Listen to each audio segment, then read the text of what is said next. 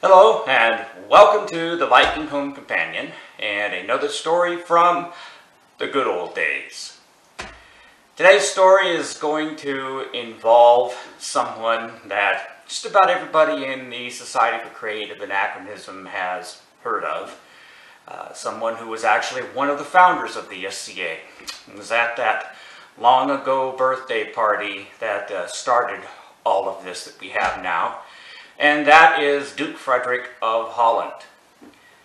Now this story took place in the barony of Vinhold, Principality of the Mists, Kingdom of the West. And it was at a war up at the Boy Scout camp at Lake Berryessa. Some of the early wars, especially between the Principalities of the Mists and Sinagua, took place up at this location because it had not only camping grounds, but it was also at a lake, which gave us a place where we could go cool off and clean up after all the fighting was over.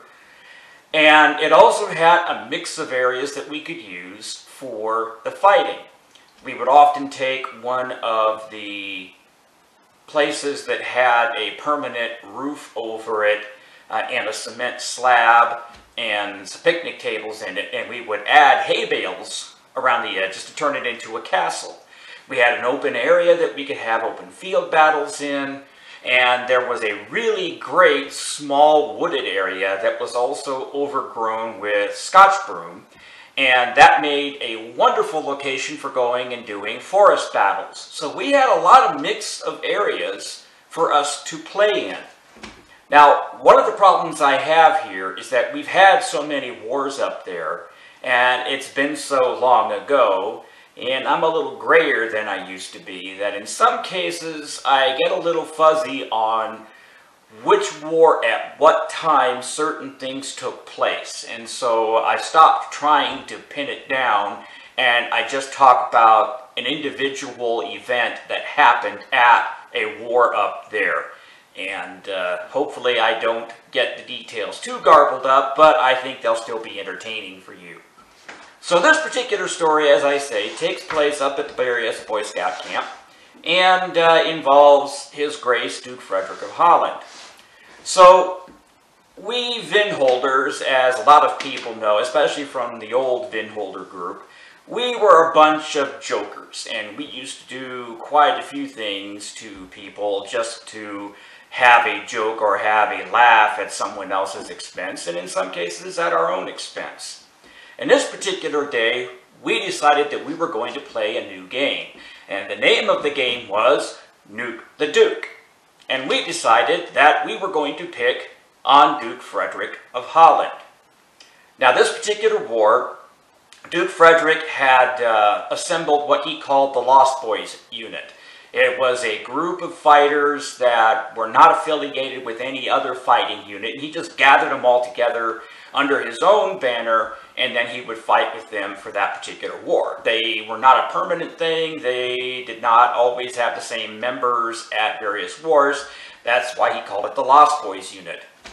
So in this war, he was on the opposite side from Vinhold. We made sure that he was on the opposite side from Vinhold because we wanted to play Nuke the Duke. So in the open field battle, in the first engagement, he and the Lost Boy unit were the right flank of the opposing side, and we therefore told our commander that we were going to be the left flank so that we were opposite the Lost Boys. And I don't remember exactly all of the Vinholders who were there that day, but I do know that it did include the core group of the Vinhold War Junkies, which was myself, my squire brother, Vlasta Ulvaeus of the Wild Hare, our knight, Sir Joffrey of Griffinhold, also included Eric Holdstar, who I do not believe was a knight at that time, and Gregory Falconheart, who I also don't believe was a knight at that time, and my other squire brother, Garth of Windhaven. That was really kind of the core of the original War Junkies unit. There were other members that I know I am missing, and there may have been another couple of them there, but these are the ones that I know for a fact in my memory were still there. So, the way that Nuke the Duke works It sounds almost exactly how I just mentioned, Nuke the Duke. Our job was to kill Frederik. Well, at least that was our game, was to kill Frederik. That wasn't necessarily the job that the army commander had in mind for us, but that's what we decided we were going to do. So, the way this was going to work was, we all got together, we huddled up, and Joffrey said, okay, here's the plan. When they yell lay on, we are going to form a flying wedge and charge.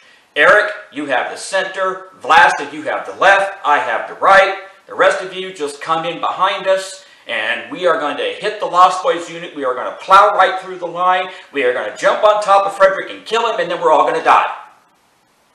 Okay, we have a plan. So, we all got lined up, we got ready to go, they yelled lay on, we charged, we formed a flying wedge, we blasted right through the Lost Boys line, jumped on top of Frederik, pounded him into the ground, and then we all died. Now that doesn't mean we just decided to fall over without getting hit. No, we fought, but we had achieved our goal, which was to kill Frederik. So, we killed Frederik and then we all died. Okay, next battle. They lined us all up again, we're all in the same locations. They yelled lay on again, and we did exactly the same thing again. We charged, we formed a flying wedge, we blasted through the line of the Lost Boys, jumped on top of Frederik, pounded him into the ground, and then we all died. Okay, so the third engagement. Frederik, first of all, changes weapons. Up till this point, he had been using his pike, spear, named Lucy, 9-foot rattan pike, and yes, its name was Lucy. He switched off of that and went and grabbed his halberd. I don't know if his halberd had a name or not, but he went and he grabbed his halberd. He wanted something with a little more offensive power in case somebody got through the line at him again.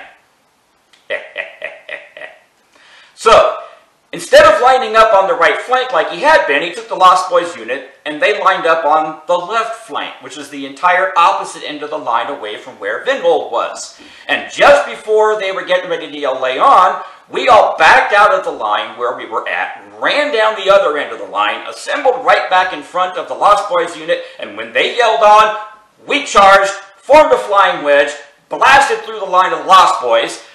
Frederik took one look at us, turned around, and ran. And we chased. Now, the thing is, if you know any of us members of Vinhold, we have Joffrey, who is 6 foot tallish. We have my squire brother Vlasta, who's 6 foot tallish.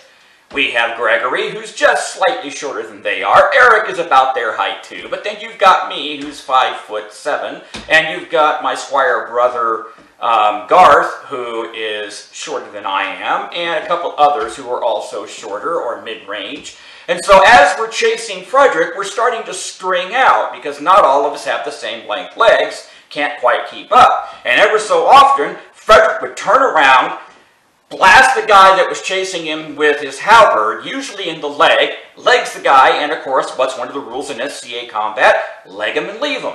So he legs the guy and keeps on running as we keep on chasing. After a while, there is a line of legged bodies going off into the Scotch broom forest. At which point, they finally called hold for the lunch break. Ellis, Mistress Ellis, she was not a duchess at this time, comes out to find Frederik. And so she just follows the line of legged bodies leading out into the Scotch broom. As she gets up to one of us, we would point to the next guy in the line and she would trace him out into the Scotch broom, where he had finally gotten caught. And I believe it was Vlasta and Joffrey that finally caught up to him and killed him out in the Scotch broom. So we spent the rest of that day still playing Nuke the Duke. He did, of course, know what was going on by that point. But another interesting thing that I learned at that particular war was that my knight had the ability to teleport. Yes, Joffrey of Griffinhold. After the lunch break, we were now having forest battles as opposed to open field battles. And Vinhold was still chasing Frederik and the Lost Boys unit. And at the beginning of the forest battle, we managed to track the unit down in the Scotch broom, and there was kind of a clearing out there at one point. And he and the Lost Boys units were formed up in that clearing. Now there were two openings into that clearing. There was a larger opening where a 4 or 5 man wide unit could get in, but there was a single man wide trail that came in off the side, almost in the back. And so the main part of the Lost Boys unit was facing off against the large opening, and then they had 2 guys who were blocking off the single man wide unit with, I think, 1 person backing them up. Frederik had switched back to his pike Lucy at this point, and there was a hold call at one point, and then we all got back up, we got ready, they called the lay on, and then Joffrey was holding us back, and he says, okay, when I say charge, Vlasta, you and Torvald go first. Get those 2 guys at the end of the trail, knock them off to the side so that I've got a clear line, and then I will sprint through, and I will run up there, and I will kill Frederik. Remember, we're playing Nuke the Duke. So we go, okay, ready. We all get lined up, we're ready to go. Joffrey yells, charge! Vlasta runs up there and blam, blam, kills both guys. I mean, it was beautiful. Smack, smack, 2 dead guys. He charges on through. The 2 guys drop down and die. They land on my legs, which kind of takes me a few minutes to kick loose and climb over them. And right at the point that I step over these guys, I hear this yell from Joffrey, squires! Squires! And I look to my left, and Joffrey is down on the beach next to the lake, about a good 30 yards away from me, running backwards away from 2 people with his bastard sword in 1 hand because he's already been armed. And I'm sitting here thinking to myself, how in the hell did he get down there? He just said charge a minute ago behind me, and he was right behind me as we ran up. It didn't take me all that long to kick loose from these 2 guys down here, and yet somehow he managed to get down there. Teleport. That is the only way that I can think of that he managed to get down there so quickly after he yelled charge. So there wasn't much I could do to save him at that point because I can't teleport. And 30 yards away, just as I was getting ready to race down there to try and help out, I saw him get drilled into the sand like a tent peg.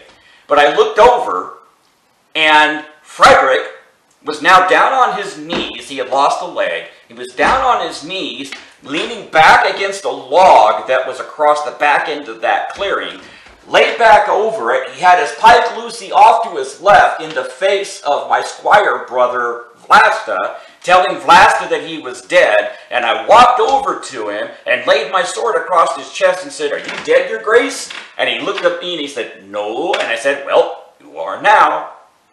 Nuke the Duke." So, I hope you all enjoyed that story as much as I did telling it and remembering it. And we will catch you the next time when we're doing another good old day story. Yeah, sure, you betcha.